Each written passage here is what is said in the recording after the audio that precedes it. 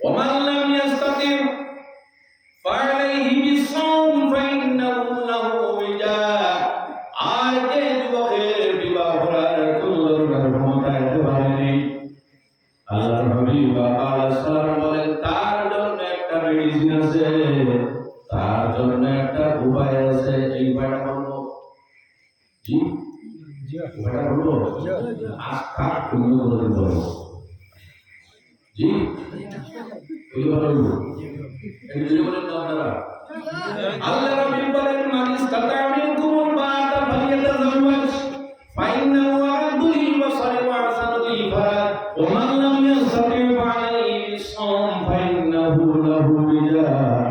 যাদের বিবাহ করার ক্ষমতা নাই তাদের জন্য আল্লাহর হাবিব বলেন তাদের জন্য মেডিসিনটা হলো তারা যেন রোজা রাখে। কি রাখে? যাদের আওয়াজ দেন কি রাখে? রোজা রাখে না আপনি রোজা রাখেন জি বাইরে আমার এই রোজা আসতেছে। এই রোজাটা কোন কারণে আল্লাহর হাবিব বললেন তোমরা রোজা রাখিও? রোজা রাখলে মানুষের মধ্যে যে একটা পাওয়ার আছে, এই পাওয়ারটা কিন্তু দমন হয়ে যাবে। কোন পাওয়ার? সেই পাওয়ার যেটা আছে সেটা কিন্তু মানুষের দমন হয়ে থাকে যদি ঠিক মতো রোজা রাখে। এজন্য আল্লাহর হাবিব বলেন তোমরা রোজা রাখিও, তাহলে তোমরা কিন্তু পবিত্র অবস্থায় থাকবে। এও আমাদের চতুর্থ বিশ্বাস লাগে গুনাহ থেকে নেই কিন্তু রোজা না বাবা এ বড় কষ্ট। এজন্য আমার ভাইরা আল্লাহর হাবিব আলাইহিস সালাম বলেন দুই নম্বর হলো তোমার যৌবনকাল। এই যৌবনকালটা এত বেশি ভয়ানক আমার ভাইরা। যৌবনকালে যৌবনের খেলা কত যুবক বিভ্রান্ত, আর যে যুবকরা একটু ধৈর্যশীল সেই যুবকরা কিন্তু তার যৌবনকালকে গুনার ফাঁদের মধ্যে ফেলতে রাজি হয় না। এজন্য আল্লাহর হাবিব বলেন যুবক যদি ইবাদত বন্দেগী করে, একটা যুবক যদি ভালোভাবে যদি ইবাদত বন্দেগী করে তাহলে বৃদ্ধকালে ইবাদত বন্দেগীর চাইতে অনেক গুণ উত্তম।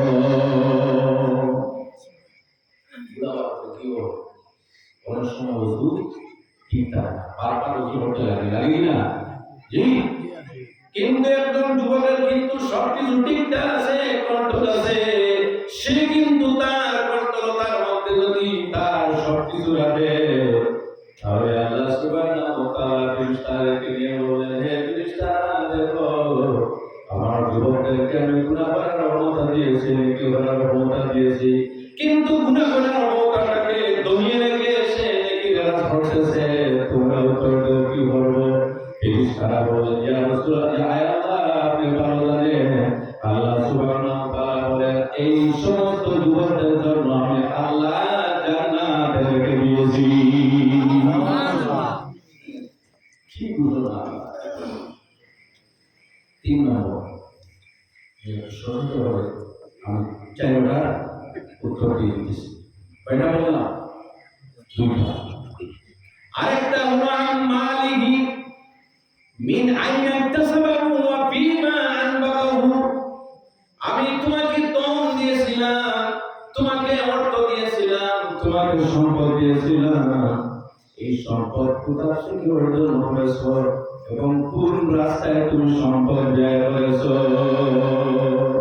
আল্লাহ কত ঠিক না জি তুমি আমাদের ঠিক না। প্রত্যেক মানুষ চায় সম্পদশালী হইতে, প্রত্যেক মানুষ চায় ধনী হইতে, হালাল পন্থায় হোক অথবা হারাম পন্থায় হোক। আমার তো মন লাগে আমি তো মিটে খাই, কিন্তু আমার কোনো সময় কোন মানুষের জন্য কিন্তু ক্ষতিকারক হয়ে যায়। কোন সময় দলের কারণে মানুষ বিভ্রান্তির দিকে যায়, কোন সময় দলের কারণে মানুষ অধোগতি দিবে, আর কোন সময় দল না থাকার কারণে মানুষ জান্নাতের মধ্যে যাইবে। এজন্য আমরা এই পৃথিবীতে অনেক ধরনের উদাহরণ আছে। আমাদের কি দল আছে, আপনাদের কি দল আছে, কিন্তু এই পৃথিবীতে এমন ধনী মানুষ ছিল যে ধনী মানুষের গোডাউন যেগুলো ছিল সেই গোডাউনের চাবি বহন করতে করতে গিয়ে 70টা উটের প্রয়োজন হইত। আল্লাহু আকবার। নাম জানতে চান? জি, এর নাম হলো কারুন। এর নাম কি? আমরা অনেক সময় বলি তো কারুনের মতো। জি, বলে কিনা? ভাইরা আমার, যদি আল্লাহ আপনাকে দম দেন তাহলে দনের হক কিন্তু আদায় করতে লাগবে। কি হয়? কোরআন শরীফে আল্লাহ বলেন ওয়াফি আমওয়ালিহিম হাক্কুল লিসাইলি ওয়াল মা'রুফ। যারা সওয়ালকারী, যারা ভিক্ষুক এবং যারা বঞ্চিত, তাদের হক আপনার দনের মধ্যে আছে। দন শুধুমাত্র তোমার নয়, দনের মধ্যে শুধুমাত্র তোমার অধিকার নয়, দনের মধ্যে গরিবরা আছে, তাদের অধিকার আছে। দনের মধ্যে বঞ্চিত যারা আছে, তাদের অধিকার আছে। গতিকে আমার ভাইয়েরা, এই দন যদি হয়, তাহলে এই দন যদি একটা পর্যায়ে যদি পৌঁছে যায়, তাহলে যাকাত দেওয়াটা কিন্তু আপনার জন্য গুরুত্বপূর্ণ। যেমন গুরুটা যাকাত যেমন গুরুটা যাকাত দিতেই লাগবে আপনার। হ্যাঁ, যাকাতের হিসাব আমার কাছ থেকে আপনার নেবে অনেক পয়সা। তবে অন্যান্য নবীগণের উম্মতের উপর যাকাত ছিল সম্পদের 4 ভাগের 1 ভাগ। কয় ভাগের 1 ভাগ? যদি বলেন কয় ভাগের 1 ভাগ? আর নবীদের কারণে নবীদের উম্মতের জন্য আল্লাহ সম্পদের হিসাব দিয়েছেন 40 ভাগের 1 ভাগ। ওই হিসাবটা যদি থাকতো 4 ভাগের 1 ভাগ, তাহলে কি অবস্থা হতো? জি, ওই চিন্তা করে তো আরো ধ্বংস হয়ে গেছে। মুসা কলিমুল্লাহ বললেন, হে আরু, তোমার সম্পদের যাকাত দেওয়া। সে বলল কতটুকু? 4 ভাগের 1 ভাগ। দেখা গেল কয়েকশো টন সোনার তরবা যাকাত দিতে লাগবে। চিন্তা করলে কয়েকশো টন না, যাকাত দিব না। আর মুসা কলিমুল্লাহ যে যাকাতের ফতোয়া দিয়েছে, জীবনে আর প্রথম যাকে দিতে পারেন না, এইভাবে ব্যবস্থা হলো। আলহামদুলিল্লাহ। অনেক উলামায়ে কেরাম বক্তব্য আছে, কোনো সমস্যা পায় আর আপনার কোনো অসুবিধা নেই। কেন বুঝে হক হক বলতে মুসা কলিমুল্লাহ বললেন, হে কারুন, যাকাত তোমার দিতে লাগবে। হিসাব করে দেখলো 1000 টন সোনার রূপা যাকাতের মধ্যে দিতে লাগবে।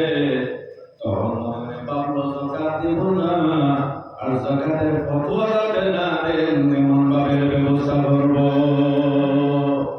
মুসা কলিমুল্লাহ প্রত্যেক ঈদের দিন ইসলামের বিভিন্ন কাজ নিয়ে, ইসলামের বিভিন্ন টপিক নিয়ে আলোচনা করে। জিনা করলে কি হয়, যাকাত না দিলে কি হয়, এইভাবে আলোচনা করে। সে একজন নারীকে দলের লোক দেখিয়ে সে ভাবে বলল, হে নারী, তোমাকে আমি প্রচুর ধন সম্পদ দেব, কিন্তু একটা কাজ তোমার করতে লাগবে। সেই নারীটি কিন্তু গর্ভবতী নারী, তুমি কাজ করতে লাগবে। মুসা কলিমুল্লাহ এই যখন বলবে জিনার কথা, বেবিচারের কথা, তখন তুমি জিজ্ঞাসা করিও, এই জিনার শাস্তি, বেবিচারের শাস্তি শুধু আমাদের জন্য না, তোমার জন্য না, সবার। তখন তুমি বলি মুসা কলিমুল্লাহ বললেন, কারণ যাকাত দিতে লাগবে। সে কিন্তু একটা ব্যবস্থা করলো বদনাম দেওয়ার জন্য। তখন সেই মহিলাটা বললো, হে মুসা, এই যে জিনার কথা বলতেছেন, এর শাস্তিটা শুধুমাত্র আমাদের জন্য প্রযোজ্য না, আপনার জন্য প্রযোজ্য না, আমার জন্য প্রযোজ্য। তাহলে হে মুসা, তোমার জন্য যদি প্রযোজ্য হয়, তাহলে নাউযুবিল্লাহ, তুমি আমার সঙ্গে বেবিচার করে আমার জীবনটা বরবাদ করে দিয়েছো। নাউযুবিল্লাহ মিন যালিক। কোন মানুষের উপর মিথ্যা তহমত কিন্তু গুনাহ কবিরা। মনে রাখবে, অনেক মানুষ বলে পথের কাটা সরাইয়ে দিই, মিথ্যা তহমত দেয়। নাউযুবিল্লাহ মিন যালিক। কোন নবী? মুসা কলিমুল্লাহ। যখন কোন নবী যখন শুনছে ওই মহিলা বলতেছে, আপনি আমার সঙ্গে নাউযুবিল্লাহ বিচার করেছে, আল্লাহু আকবার। মুসা কলিমুল্লাহ রাগান্বিত নবী ছিলেন, ইলিগেল বইটা রাগান্বিত। মুসা কলিমুল্লাহ বললেন, হে নারী, সত্য কথা বলো, তোমাকে কে বুঝিয়েছে সম্পদে লালচ দিয়ে? তখন সেই মহিলাটি বলল, ওই কারণ আমাকে সম্পদের লালচ দিয়ে আপনার উপর তহমত উঠিবার জন্য সে বলেছে। ডাক দিলেন, কারণ ওই তাড়াতাড়ি আসো। কারণ যখন আসলো, মুসা কলিমুল্লাহ সঙ্গে সঙ্গে জমিনকে অর্ডার দিলেন, ইয়া আরদু হুজি, হে জমিন এই কারণকে তুমি পাকড়াও করো। সঙ্গে সঙ্গে কারণের শরীর পর্যন্ত পায়ের মধ্যে ঢুকে গেছে। আল্লাহু আকবার। আবার বললেন, ইয়া আরদু হুজি, হে জমিন ওকে পাকড়াও করো হাঁটু পর্যন্ত। আবার বললেন পাকড়াও করো কোমর পর্যন্ত। আবার বললেন পাকড়াও করো গলা পর্যন্ত। তখন হযরত মুসা কলিমুল্লাহ রাগ কিন্তু শেষ হয় নাই। শেষ হযরত মুসা কলিমুল্লাহ বললেন, এই কারণে যত সোনার বা যত সম্পদ আছে সমস্ত সম্পদ আনা হোক। সমস্ত সম্পদ আনা হলো, ওর মাথার উপর দেওয়া হলো। হাদিসের মধ্যে বর্ণিত, কিতাবের মধ্যে লেখা আছে, আজ পর্যন্ত কারণ সম্পদ সহ মাটির নিচে যাইতেছে। নাউযুবিল্লাহি মিন যালিক। একটা ওলামা মানার কারণে বাহানা করে কোনটা যাকাত, কোনটা এটা জিলাওয়াতের, কোনটা অনেক মানুষ আছে সম্পদের মালিক কিন্তু যাকাত দিতে রাজি হয় না। এদিকে দনের হক আদায় রাখে। 4 নম্বর, এই 4 নম্বরটা বর্ণনা করে আমি আমার ওয়াজ শেষ করব। বলবো জি 4 নম্বর, আল্লাহ রাব্বুল আলামিন বলে, আল্লাহর হাবিব বলেন, ওয়া আন ইলমিহি মাযা আমিলা বিমা আলিমা। আল্লাহ জ্ঞান সম্পর্কে জিজ্ঞাসা করবেন, তোমার জ্ঞান অনুযায়ী তুমি কি আমল করেছো? আমার ভাইয়েরা, আমার পূর্ববক্তা মৌলানা ফখরুল ইসলাম সাহেব জ্ঞান সম্পর্কে আলোচনা করেছেন, কিন্তু জ্ঞান অনুযায়ী আমাদের আমল করতে লাগবে। আপনি যখন নামাজি তখন নামাজের শিক্ষা গ্রহণ করতে লাগবে। আপনি যখন রোজা রাখবেন তার আগে রোজার মাসাইল কিছুটা আপনার শিক্ষা অর্জন করতে লাগবে। আপনি যদি কোরআন তেলাওয়াত খালি থাকেন তাহলে কোরআন শরীফ শুনতে, কোরআন শরীফ পড়তে কি কি জিনিসের প্রয়োজন তার শিক্ষা আপনার গ্রহণ করতে লাগবে। এই জন্য আমরা কিয়ামতের দিন এই 5টা প্রশ্নের জবাব আমাদের দিতে লাগবে। আমরা এই 5টা প্রশ্নের জবাব যদি না দেই তাহলে আমরা জমিন থেকে আমাদের কদম সরাইতে পারবো না।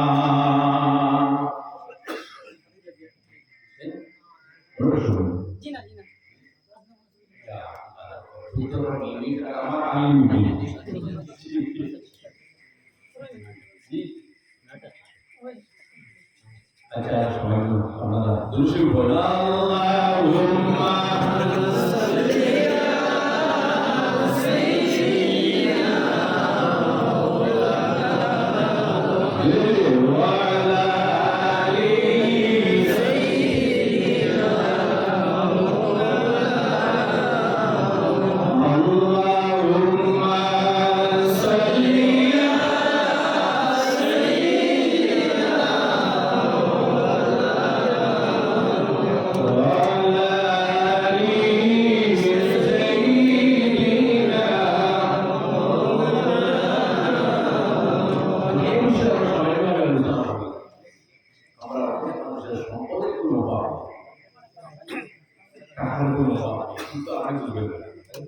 অনেক মানুষ আছে, আমি দেখেছি তার ড্রেসের মাধ্যমে করেছে পাওয়া যায় না জমি, কথাবার্তার মাধ্যমে করেছে পাওয়া যায় না জমি, কিন্তু জমি কেনার সময় করেছে পাওয়া যায় কি পরিমাণ টাকা আছে কিনা? এটা যদি বলেন মোটা অবস্থায় জকাত তো দিতে যাচ্ছে। এই জকাত বন্টনটা যদি আমরা সঠিকভাবে করি তাহলে গ্রামের মধ্যে কিন্তু কোনো গরিব আর গরিব থাকবে না। সুবহানাল্লাহ বলে একজন গরিব ছেলে আছে, ফর এক্সাম্পল একটা গরিব পরিবার আছে, সেই গরিব পরিবার গরিবের সঙ্গে লড়াই করতে রাজি আছে, কিন্তু আপনার জকাতের একটা অ্যামাউন্ট যদি করি আপনার গ্রামে, প্রথমে আপনার গ্রামের মানুষের হক, গ্রামের মানুষের অধিকার, সেই অধিকার না দিয়ে যদি আপনি আপনার সামনে যদি পাঠিয়ে দেন তাহলে কি না হিসাব হবে, এটা তো নাই সবই। প্রথমে আমরা গ্রামবাসীর মধ্যে যাব কোনো গরিব মানুষ আছে যদি কোনো গরিব ছেলে থাকে তাহলে তাকে একটা জগাতের অংশ দিয়ে দেবো তুমি একটা ছোট্ট ব্যবসা শুরু করো, ছোট্ট একটা ব্যবসা শুরু করো, পানের ব্যবসা, পান দোকানের ব্যবসা বা ছোট্ট একটা ব্যবসা শুরু করো। আবার আমাদের মধ্যে একজন মানুষ আছে ছোট ব্যবসা পছন্দ করে না, ছোট ব্যবসা পছন্দ করে না, মাল বেশি হইবে আর 2 দিনের দোল এটা সম্ভব আপনার যদি সম্ভব আমার আশেপাশে অনেক হিন্দু ধর্মাবলম্বী মানুষের আছে জানি না আপনাদের এখানে আসবে না দোকানদারি করতেছে আমি নিজে সব চোখে দেখছি দোকান খোলার পরে প্রত্যেকদিন মাসি আর 5 বছর আগে দেখলাম দোকানে বসে বসে বসে বসে সময় কাটাতেছে কিন্তু দোকান ছাড়তেছে না। আমরা মানুষের নিয়ম হলো দোকান খুলছি রাতারাতি জমি হইতে হবে পাল্লা মারিও হোক আর ঠকাই রাতারাতি জমি হইতে লাগবে। আচ্ছা এই দোকানে লাল বাতি জমিতে বেশি সময় লাগবে, বেশি সময় লাগবে। এই সমস্যাটা আমাদের ধৈর্য না, ওদের ধৈর্য আছে। দোকানে বসছে একটা কিছু না, কিন্তু এভাবে একদিন কিন্তু আসবে এই রোডটা যখন হবে আপনার বাইপাস জানা আছে হাইস্পিড দিকে ডান দিকে বাইপাস গেছে আপনারা একবার মেডিকেল কলেজে যেতে পারবেন, সোনারঘাট যেতে পারবেন, সোনাই যেতে পারবেন, বাগাবাজার যেতে পারবেন, আছে কিনা? এই বাইপাসের রাস্তার 10 সাইডে একটা জমি বাকি নেই। বেশি খারাপ বেশি খারাপ আমরা লড়াহারা ওরা দুর্দশিতা তাদের মধ্যে আছে, ব্যবসা করতেছে কি নাই কোনো অসুবিধা নেই, 2 বছর 3 বছর 5 বছর 6 বছর 7 বছর পর্যন্ত এই রোড ঠান্ডা হবে এবং বিক্রি হবে। শেষে দেখা যায় দোকানে তার দোকানে ঠুকেন দিয়ে কিনতে লাগে। আর আমাদের মুসলমানের যদি 5 টাকা মাল হয় চাইলে 20 টাকা এই দোকানে যদি বদনামি হয় তাহলে কোনো মানুষ দেখবে যে একটা যদি দোকানে বদনামি হয়ে যায় কোনো মানুষ যাইতে রাজি হইবে, কোনো মানুষ যাইতে রাজি হইবে না।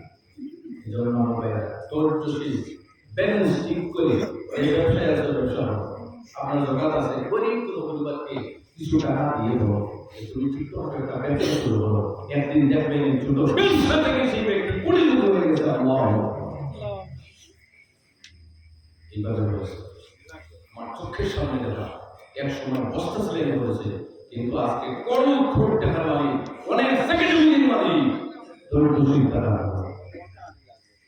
এজন্য ধৈর্যশীল হতে হবে। তোমার দম তুমি অপব্যয় করিও না। আল্লাহ সুবহানাহু ওয়া তাআলা কোন সময় দম দিয়ে পরীক্ষা করেন, কোন সময় দম নিয়ে পরীক্ষা করেন, দম দিয়ে পরীক্ষা করেন গরিব এতিম মিসকিন যারা আছে তাদেরকে দান করতেছে কিনা, দম নিয়ে পরীক্ষা করেন। আমি দম দিয়েছি কিন্তু এই দম দিয়েছি দলটা হক আদায় করে নাই, গতিকে আমি তার দল আমি ওয়াপস করে নিলাম। একটা ঘটনা মনে করতেছে, আমি এই ঘটনা হয়তো বলেছি বনি ইসরাইলের মধ্যে 3 জন মানুষ ছিল, 3 ধরনের সমস্যায় জড়িত।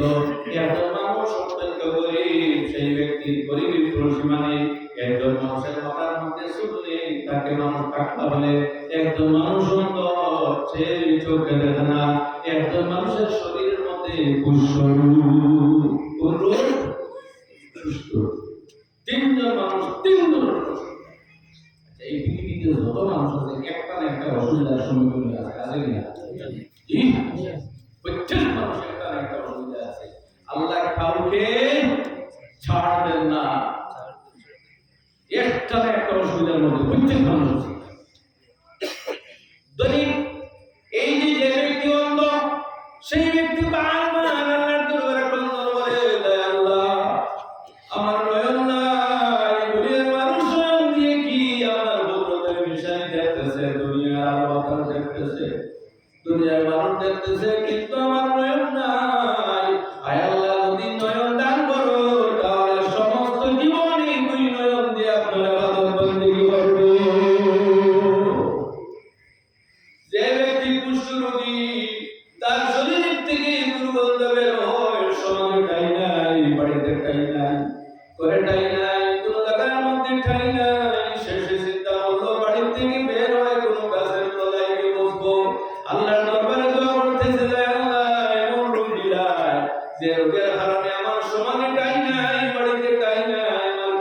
পর্যন্ত আমার নিকটে আসতে রাজি নাই। আয় আল্লাহ, যদি আমার সুস্থতা ফিরাইয়া যদি দাও, তাহলে এই শরীরকে সারা জিন্দেগি আপনার বদৌলতে করবো। আর যে ব্যক্তির মাথায় চুল নেই, সেই ব্যক্তির দুঃখ আল্লাহর দরবারে বর্ণনা করতেছে। এইভাবে ক্রন্দন করতে করতে হঠাৎ একদিন আল্লাহ একজন ফেরেশতাকে পাঠিয়ে দিলেন। কাকে?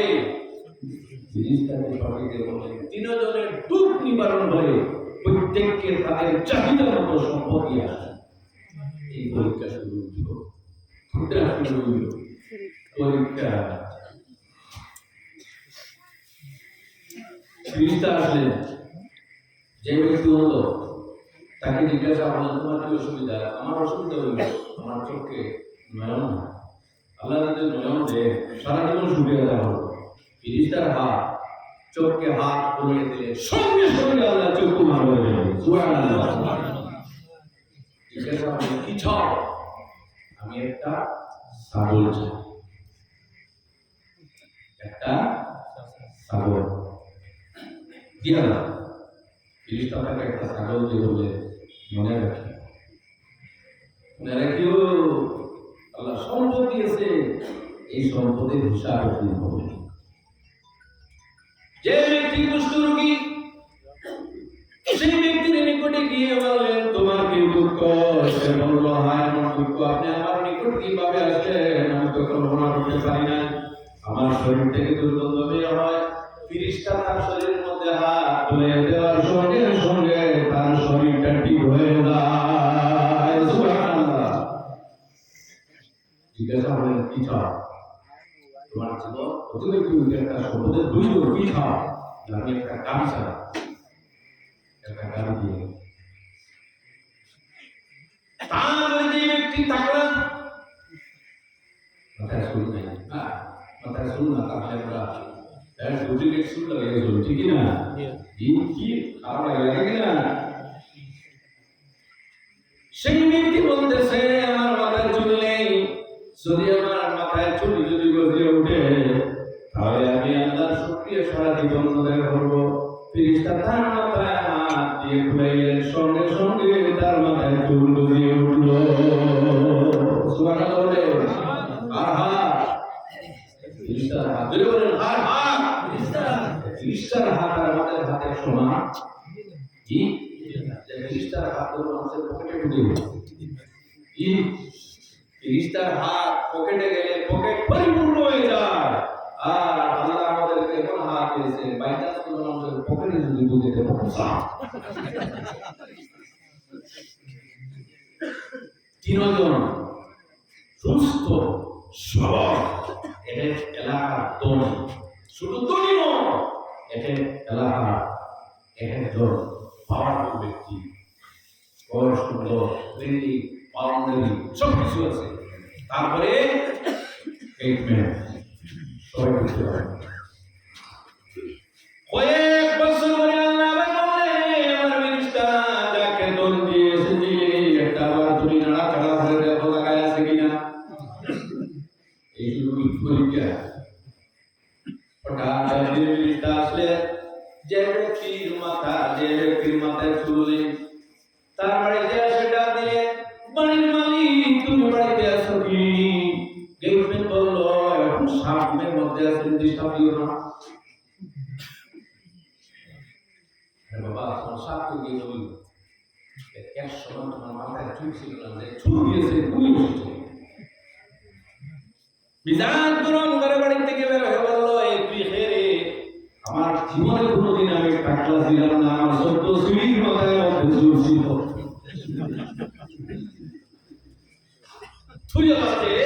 আমার মাথায় চুল ছিল। আচ্ছা বাবা, তোমাকে আল্লাহ দম দিয়েছে, আর আল্লাহ কি দিয়েছে? আমি আমার পরিশ্রমের মাধ্যমে আমি ধরে হয়েছি। ফেরেশতা পরিচয় দিয়েছেন না, বলতেছেন আমি একজন মুসাফির, আমার বাড়ি অনেক দূরে, সামান্য স্বল্প গতিতে অথবা স্বল্পদের মাধ্যমে আমি আমার বাড়িতে যেতে পারি। সেই ব্যক্তি বলল, তোমার বাবা কি কোনো সম্পদ আমার কাছে রেখে গেছে? ঘটনায় ধরে ঘর থেকে বের করে দিয়ে বলল, কোনো সম্পদ তোমার আমার কাছে নাই।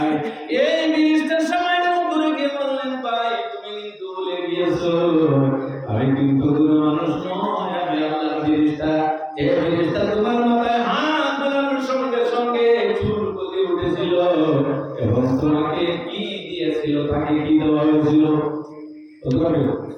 জি, তাকে একটা উট দেওয়া হয়েছে। আজকে তুমি আমাকে এই শিলা দিলে, আল্লাহ আপনার মুমিন যেভাবে ছিল সেইভাবে আমার তাকে আগের মতো করে দাও। ফেরেশতা দোয়া করলেন, কয়েকদিনের ভিতরে সমস্ত সম্পদ ধ্বংস হয়ে আবার টাকলা হয়ে বাড়ির মধ্যে হয়ে রইল। আল্লাহ বলেন, লাইন শাকারতুম লাযিদান্নাকুম। ও বান্দাগণ, তোমরা যদি আমার শুকরিয়া আদায় করো তাহলে তোমাদের ধন সম্পদের মধ্যে আমি আল্লাহ বরকত দান করব। তারপরে গেলেন যে ব্যক্তি কুষ্ঠ, তাকে যে বললেন, ভাই আমি মুসাফির দূর থেকে এসেছি, যদি কোনো কিছু থাকে তাহলে আমাকে দাও, সেও বলল, তুমি কে? তুমি তো কুষ্ঠ রোগী ছিলে না? আমি কি বলে কুষ্ঠ রোগী? আমার কুষ্ঠের কোনো মানুষের কুষ্ঠ রোগী ছিল না, আমার কুষ্ঠ রোগী না। কে? তার এই যে ব্যক্তিকে ওকে তোরাই ব্যক্তিকে বের করে দাও। ফেরেশতা গিয়ে বাইরে গিয়ে আল্লাহর দরবারে দোয়া করতেছেন, হে আল্লাহ, আগের যে ব্যক্তি ছিল সে পরীক্ষায় ফেল করে ফেলেছে, আর এই যে ব্যক্তি সেও কিন্তু পরীক্ষায় ফেল করে ফেলেছে। ওদিকে আল্লাহ বলেন, আগের অবস্থার মধ্যে তাদেরকে বলে দাও। ফেরেশতার দোয়ার কারণে আগের অবস্থার মধ্যে ফিরে এসেছি।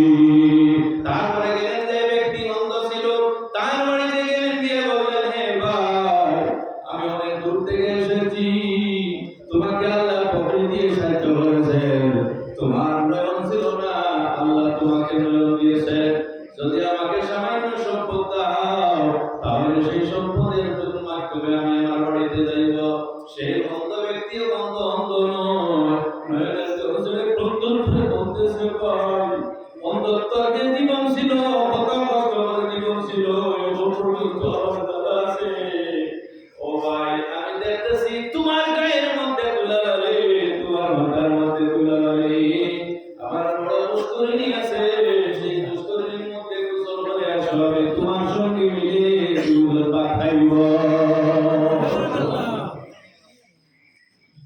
দুজন মিলে তাড়াতাড়ি যাও। তারপরে আমার সম্পদের অভাব নেই, যতটা ছাগলের প্রয়োজন তুমি আমার ছাগলের দল থেকে ছাগল দিতে পারো। ফেরেশতা বলেন, ও ভাই, আমি কোনো মানুষ নয়, আমি আল্লাহর পক্ষ থেকে তোমাদের দুজনের পরীক্ষার জন্য আমি এসেছিলাম। তোমার সঙ্গে দুইজন পরীক্ষার মধ্যে বের করেছেন আল্লাহর হুকুমে, আল্লাহর মেহেরবানিতে।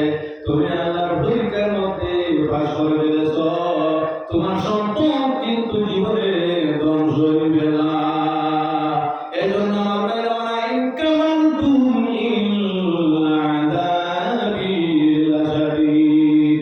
আমার নিয়ামতের যদি না শুকর করো, আমার নিয়ামতের যদি ইনকার করো, তাহলে জানিয়ে রাখো আমার শাস্তি কিন্তু খুবই কঠোর। এজন্য আমরা আল্লাহ যাকে যে নিয়ামত দিয়েছেন সেই নিয়ামতের শুকরিয়া আদায় করবে।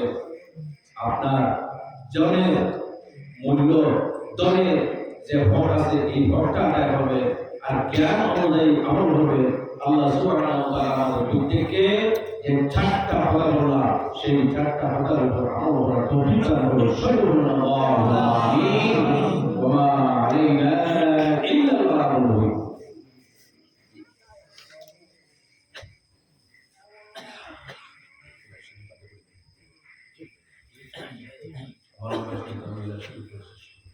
সংক্ষিপ্তভাবে সম্মানের সাথে তারা আল্লাহর হবিবের উপর আমরা মিলাদ শরীফ দ্বারা